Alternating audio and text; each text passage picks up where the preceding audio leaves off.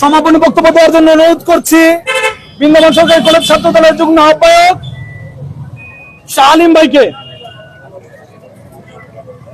সম্মানিত উপস্থিতি, আজকে আমরা যে জায়গায় দাঁড়িয়ে যখন যে টাইমে প্রতিবাদ জানাচ্ছি, একই টাইমে সেই ফিলিস্তিনের কাছে না জানি আমার কত ভাই এবং বোন শহীদ হয়ে গেছে। আমরা লজ্জিত, আমরা নির্বাক, আমরা হতবাক।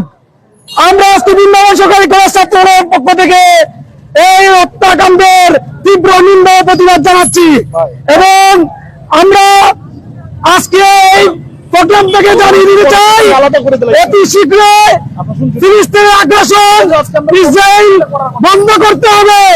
যদি বন্ধ না করে অদূর ভবিষ্যতে বাংলাদেশ জাতীয়তাবাদী ছাত্র দল এর চাইতে কঠিন কর্মসূচি দিল আমরা রাজপথে থেকে বাস্তবায়ন করে ছাড়বো ইনশাল্লাহ।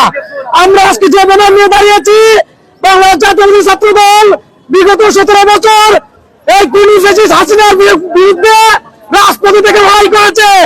আমরা লড়াই করে উঠে আসা ছাত্র দল, আমরা এই ফিলিস্তিনি মাজলুমের পক্ষে যে কোনো লড়াই করতে সর্বদা প্রস্তুত আছি ইনশাল্লাহ। আজকে বৃন্দাবন সরকারি কলেজ ছাত্র দলের নেতা কর্মীকে ধন্যবাদ।